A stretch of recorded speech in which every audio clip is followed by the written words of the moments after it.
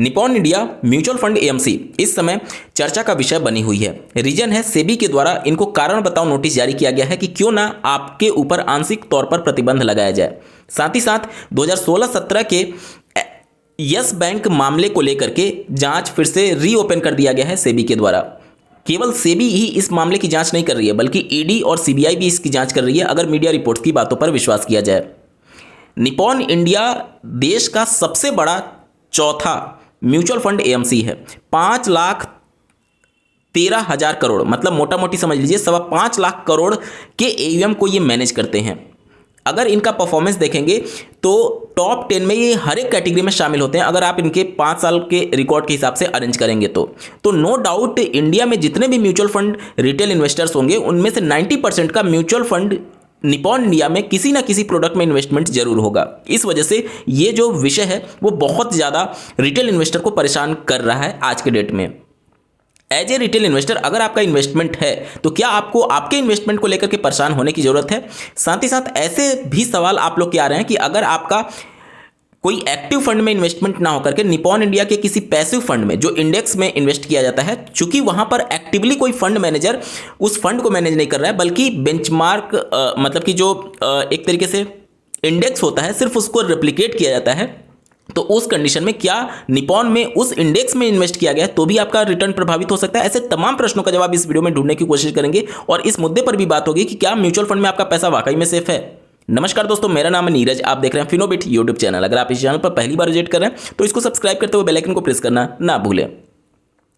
सेबी की जांच की जहां तक बात है तो ये कोई पहला मामला नहीं है। इससे पहले क्वांट एएमसी के ऊपर भी सर्च एंड सीजर ऑपरेशन किया गया था, जिसके बाद से ही इनका परफॉर्मेंस बहुत ही निगेटिव तौर पर प्रभावित हुआ है।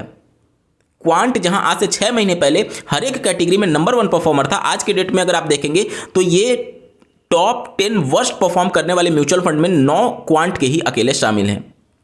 इससे पहले एक्सिस पर भी जांच बैठी थी, उनका भी परफॉर्मेंस निगेटिव तौर पर प्रभावित हुआ था। एचडीएफसी भी इससे अछूती नहीं रही हुई है और अब निपॉन इंडिया की बारी है। तो क्या ये मान लें कि निपॉन इंडिया का भी रिटर्न निगेटिव तौर पर प्रभावित हो सकता है? देखिए, यहां पर आपको समझना यह है कि ये जो मामला है वो 2016-17 का है। उस समय निपॉन अकेली एएमसी नहीं थी बल्कि निपॉन का ज्वाइंट वेंचर था रिलायंस के साथ। तो यहां पर चूंकि रिलायंस अपना 100% जो भी उनके पास स्टेक था वो सेल आउट कर दी और निपॉन ने उसको पूरा एक्वायर कर लिया। तो अब जवाबदेही, चूंकि पूरा एक्वायर निपॉन ने किया और उस समय ज्वाइंट वेंचर में थे, तो पूरा जवाबदेही निपॉन की बन रही है। यहां पर जवाबदेही इस वजह से भी तय होनी चाहिए क्योंकि लोगों के पैसे डूब जाते हैं, तब जाकर के इस प्रकार की रेगुलेटरी अथॉरिटी जो है वो जांच बैठाती है। जब ये 2016-17 में मामला चल रहा था यस बैंक को लेकर के, यस बैंक और इस एएमसी के बीच में कुछ ना कुछ सांठगांठ जरूर था। मामला कैसे शुरू होता है? 2016-17 में इस एएमसी ने कुछ लोन उठाया था यस बैंक से। यस बैंक ने कहा कि आप लोन रिटर्न मत करिए बल्कि हमारे बॉन्ड खरीद लीजिए।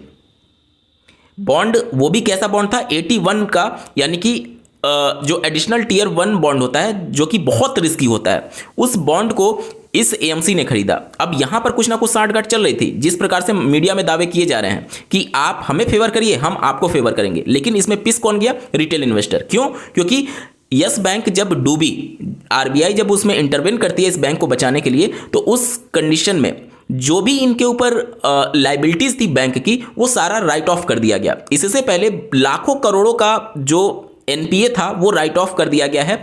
अगर आप देखें नेशनलाइज बैंक के, प्राइवेट बैंक के सारे जो बड़े बड़े उद्योगपति हैं उनके जो लोन्स थे उनको राइट ऑफ कर दिया गया। तो क्या वो सक्षम नहीं थे पे करने के लिए? क्या ये एएमसी सक्षम नहीं थी वो लोन लौटाने के लिए? या फिर ये यस बैंक अगर आज के डेट में सरवाइव कर रहा है तो क्या वो सक्षम नहीं है कि इनका जो बॉन्ड था उस बॉन्ड के पैसे को वापस करने के लिए? तो इन सब का खामियाजा कौन भुगत रहा है? रिटेल इन्वेस्टर ही भुगत रहा है, क्योंकि उस समय जो रिटेल इन्वेस्टर पैसा इन्वेस्ट किए होंगे तो चूंकि वो राइट ऑफ किया गया तो उनका एनएवी का जो प्राइस था वो कहीं ना कहीं इफेक्ट हुआ होगा, और अगर एनएवी का प्राइस इफेक्ट हो रहा है तो उनके रिटर्न पर प्रभाव जरूर पड़ा होगा। ये 2016-17 की बात मैं बता रहा हूं, जब ये सारी चीजें चल रही थी। और 2019 में रिलायंस इस म्यूचुअल फंड से हट जाती है और 100% स्टेक जो होता है वो निपॉन इंडिया का हो जाता है। अब रिटेल इन्वेस्टर के पर्सपेक्टिव से अगर हम लोग देखें तो रिटेल इन्वेस्टर के पास है क्या, आप किस एएमसी के साथ इन्वेस्टमेंट करेंगे। आज से 6 महीने पहले क्वांट का परफॉर्मेंस काफ़ी तगड़ा था और बहुत सारे रिटेल इन्वेस्टर क्वांट के सभी म्यूचुअल फंड में पैसा लगा रहे थे। हालत क्या हुई आज आपके सामने है। आज निपॉन इंडिया के साथ है, इससे पहले एक्सिस के साथ हो चुका है। तो रिटेल इन्वेस्टर के पास बहुत ज़्यादा मल्टीपल्स ऑप्शन नहीं है। और अगर आप ये सोच रहे हैं कि मैं म्यूचुअल फंड में लगाऊंगा ही नहीं, मैं पूरा पैसा बैंक में रखूंगा, तो क्या गारंटी है कि बैंक नहीं डूबेगा। और अगर बैंक डूबता है तो उस कंडीशन में आपकी 5 लाख तक की ही केवल गारंटी होती है, आपका पैसा इंश्योर्ड रहता है। अगर आप वो भी ना सोचें और आप सोच रहे हैं कि मैं पैसे घर में रख लूंगा, तो वो भी तो रिस्क है ना घर में चोरी होने की। और वैसे भी 6% इन्फ्लेशन रेट की वजह से आपका पैसा तो डिप्रिशिएट होता जा रहा है, आपके पैसे की तो वैल्यू खत्म होती जा रही है। मजबूरन आपको बैंक में रखना पड़ेगा। बैंक हमें वहीं 6-7% इंटरेस्ट दे रही है एफडी पर, जो कि आपका केवल इन्फ्लेशन तक ही बीट कर रहा है। तो रिटेल इन्वेस्टर के पास बहुत ज़्यादा ऑप्शन नहीं है म्यूचुअल फंड्स के अलावा, क्योंकि आपको यहां पर मजबूरी में आना ही पड़ेगा आपके पैसे को ग्रो करने के लिए। नहीं तो आप बैंक में रखेंगे तो केवल इन्फ्लेशन ही आप बीट कर पा रहे हैं, और बैंक में भी नहीं रखेंगे तब तो और भी आपका पैसा एक तरीके से धीरे धीरे करके खत्म हो रहा है। अब यहां पर एज ए रिटेल इन्वेस्टर हम कुछ सावधानियां बरत सकते हैं। सावधानी ये कि कोई भी म्यूचुअल फंड एएमसी कितना भी तगड़ा और कितना भी अच्छा परफॉर्मेंस क्यों ना हो, आपको आपके पोर्टफोलियो का 20 से 30% से ज़्यादा उसमें इन्वेस्टमेंट नहीं करना चाहिए। मतलब कि अगर आप 100 रुपये इन्वेस्ट कर रहे हैं तो कोशिश करिए कि 100 रुपये को 5 भागों में बांट दीजिए, और पांचों भाग जो होगा वो अलग अलग म्यूचुअल फंड में जाएगा और अलग अलग एएमसी के म्यूचुअल फंड में जाएगा। जैसे कि आज से 6 महीने पहले अगर आप देखेंगे तो quant small cap, quant mid cap, सबका परफॉर्मेंस बहुत तगड़ा था और बहुत सारे रिटेल इन्वेस्टर क्वांट के ही प्रोडक्ट में इन्वेस्टमेंट किए हुए थे। अब एक सर्च एंड सीजर ऑपरेशन का न्यूज आया और क्वांट के सारे प्रोडक्ट का रिटर्न निगेटिव तौर पर प्रभावित हो गया। वहीं पर अगर आप बात करें निपॉन इंडिया स्मॉल कैप की, तो इनका भी परफॉर्मेंस काफ़ी अच्छा है। और बहुत सारे रिटेल इन्वेस्टर ऐसे हैं जो कि निपॉन इंडिया के 2, 3, 4 म्यूचुअल फंड में उन्होंने इन्वेस्टमेंट करके रखा हुआ है। तो इसीलिए जब भी मैं पोर्टफोलियो रिव्यू करता हूं तो आपको सजेस्ट करता हूं कि किसी भी एएमसी के एक से ज़्यादा म्यूचुअल फंड में आप इन्वेस्टमेंट मत करिए, क्योंकि आज सब कुछ सिचुएशन से चल रहा है। आपका लॉन्ग टर्म का विजन है 20 साल, 15 साल, 10 साल का, तो 10 साल, 15 साल, 20 साल में ऐसे बहुत निगेटिव न्यूज़ देखने को मिलेंगे और बहुत बार आपका रिटर्न जो है वो निगेटिव तौर पर प्रभावित होता है। तो अगर आप अपने पूरे पोर्टफोलियो का 100 में से केवल 20 रुपया ही अगर एक एएमसी के साथ इन्वेस्टमेंट किए हुए हैं, तो उस 20 रुपये पर ही आपका रिटर्न जो है वो निगेटिव तौर पर प्रभावित होगा। बाकी 80% जो पैसा है वो आपका दूसरे एएमसी के साथ होगा, तो उस पर बहुत ज़्यादा इंपैक्ट देखने को नहीं मिलेगा। अगर मैं बात करूं मोतीलाल ओसवाल एएमसी की, तो आज के डेट में अगर आप टॉप 10 परफॉर्म करने वाले 2024 के म्यूचुअल फंड के देखेंगे तो उसमें से 10 में से 5 मोतीलाल ओसवाल एएमसी के हैं। तो बहुत सारे रिटेल इन्वेस्टर ऐसा करते हैं कि मोतीलाल का मिड भी ले लिया, मोतीलाल का स्मॉल कैप भी ले लिया, मोतीलाल का फ्लेक्सी कैप भी ले लिया, सारे मोतीलाल के उन्होंने ले लिए। क्या ये डिसीजन सही है? बहुत बड़ा रिस्क ले रहे हैं आप। और मोतीलाल ओसवाल का इन्वेस्टमेंट स्ट्रेटजी देखेंगे तो ये काफ़ी फोकस्ड स्टॉक्स को चुनते हैं, मतलब कि 20 स्टॉक, 30 स्टॉक, 40 स्टॉक्स में ही पैसे डालते हैं। ये 2 धारी तलवार की तरह बिहेव करती है, मतलब कि जब तक ये रिटर्न बन रहा है तब तक बहुत अच्छा रिटर्न बनेगा, लेकिन अगर उनका बेट नहीं चला तो वो रिटर्न निगेटिव तौर पर भी आपके पूरे पोर्टफोलियो को खा सकता है। इस वजह से हम छोटी छोटी बातों का ही विशेष तौर पर ध्यान रख करके अपने रिस्क को कम कर सकते हैं। अगर आप ये सोच रहे हैं कि म्यूचुअल फंड से मैं पूरा पैसा ही लेकर के चला जाऊं, कहने का मतलब कि मैं अपना पूरा इन्वेस्टमेंट ही यहाँ से बंद कर दूं और बैंक में रख लूं, तो वो भी डिसीजन आपका बहुत अच्छा नहीं है, बहुत गलत डिसीजन होगा। क्यों? क्योंकि बैंक में भी आपका पैसा 5 लाख तक सेफ है और उसके अलावा आपका पैसा सिर्फ 5%, 6% के दर से ग्रो करेगा, उतना तो इन्फ्लेशन में आपका पैसा चला जाएगा। तो रिस्क तो लेना पड़ेगा, नो डाउट रिस्क लेना पड़ेगा, क्योंकि बैंक पर जो आपको एफडी मिलेगा, अगर आपकी एज 60 साल से कम है तो 40,000 तक के इंटरेस्ट पर ही आपका टीडीएस नहीं कटेगा, उसके ऊपर 10% आपका टीडीएस कटेगा। और अगर आपकी सैलरी 7 लाख के ब्रैकेट में आप आते हैं तो वैसे भी 40,000 के ऊपर जितना भी इनकम होगा एफडी से रिटर्न के वाइज, वो सब आपका टैक्सेबल इनकम होगा, तो टैक्स तो वहां पर भी देना है आपको। तो कोई ऑप्शन नहीं है रिटेल इन्वेस्टर के पास म्यूचुअल फंड में आने के अलावा, और हम छोटी छोटी बातों का विशेष तौर पर ध्यान रख करके ही अपने पैसे को सेव कर सकते हैं। जहां तक बात है निपॉन इंडिया की, तो देखिए अभी पैनिक करने की कोई भी बात नहीं है, कोई भी घबराने की जरूरत नहीं है, अभी कुछ भी आउटकम नहीं आया हुआ है। लेकिन यही सिचुएशन क्वांट के साथ भी थी, क्वांट के साथ भी आज तक कोई भी आउटकम सेबी ने नहीं दिया, लेकिन उनका रिटर्न बहुत निगेटिव तौर पर प्रभावित हुआ है। अगर आप क्वांट के किसी एक ही म्यूचुअल फंड में इन्वेस्टेड रहते तो आपका वही 20% केवल प्रभावित होता। अगर आप निपॉन के साथ इन्वेस्टेड हैं तो केवल एक म्यूचुअल फंड में इन्वेस्टेड रहते हैं तो केवल वही 20% इन्वेस्टमेंट आपका प्रभावित होता। इसीलिए मैं बार बार कहता हूं कि किसी भी एक एएमसी के सारे प्रोडक्ट में इन्वेस्टमेंट करने से बचिए। जहां तक बात है एक्टिव फंड और पैसिव फंड यानी इंडेक्स फंड की, तो देखिए जब भी इस प्रकार की कोई न्यूज आती है तो रिटेल इन्वेस्टर, जो नए रिटेल इन्वेस्टर हैं, वो चीज़ों को देख करके घबराने लगते हैं और बहुत तेजी से पैसा अपना निकालने लगते हैं। जब क्वांट के साथ ये न्यूज आई थी उस समय भी आपने देखा होगा कि 1-2 दिन में ही बहुत मोटा पैसा क्वांट एएमसी से निकला था, आउटफ्लो हुआ था। निपॉन के साथ भी इस तरीके की सिचुएशन क्रिएट हो सकती है। उनके अगर आप देखें 2-4 दिन, एक हफ्ते में बहुत मोटा पैसा यहाँ से निकल सकता है, आउटफ्लो हो सकता है। अब जहाँ तक एक्टिव की बात है, एक्टिव फंड की, तो वहाँ पर फंड मैनेजर डायरेक्टली बेट लेते हैं, मतलब कि उनका पूरा 100% डिसीजन जो होता है वो पोर्टफोलियो को डिजाइन करने में होता है। लेकिन जब इंडेक्स फंड की बात आती है तो वहां पर उनका 100% डिसीजन इस बात के लिए नहीं होता है कि कौन सा स्टॉक पिक करना है, बल्कि वो केवल और केवल जो इंडेक्स है उसको रिप्लिकेट कर रहे होते हैं।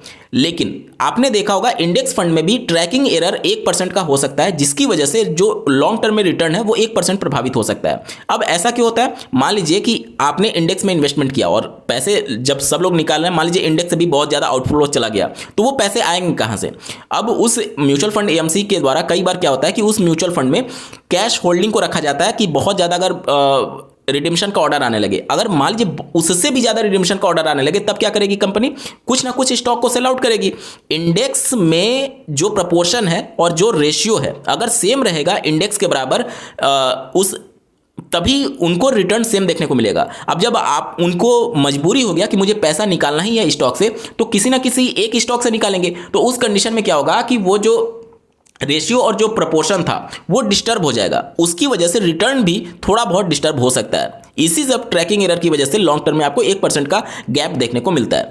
तो नो डाउट आपका एक्टिव फंड तो प्रभावित होगा ही होगा, और ट्रैकिंग एरर की वजह से लॉन्ग टर्म में बहुत ज़्यादा प्रभावित नहीं होगा। जैसे active fund, quant mutual AMC की बात करें तो उनका जो एक्टिव फंड है उनको आप देखिएगा तो बहुत निगेटिव तौर पर प्रभावित हुए हैं, लेकिन जो इंडेक्स फंड है वो उतना निगेटिव तौर पर प्रभावित नहीं होंगे। हाँ, 1% तक का अंतर देखने को मिल सकता है जो दूसरे एएमसी के इंडेक्स फंड होंगे और क्वांट का जो इंडेक्स फंड होगा। 1%, ज़्यादा से ज़्यादा 1.5% का अंतर देखने को मिलेगा, लेकिन जो एक्टिव फंड होंगे उनमें आपको बहुत बड़ा गैप देखने को मिलेगा।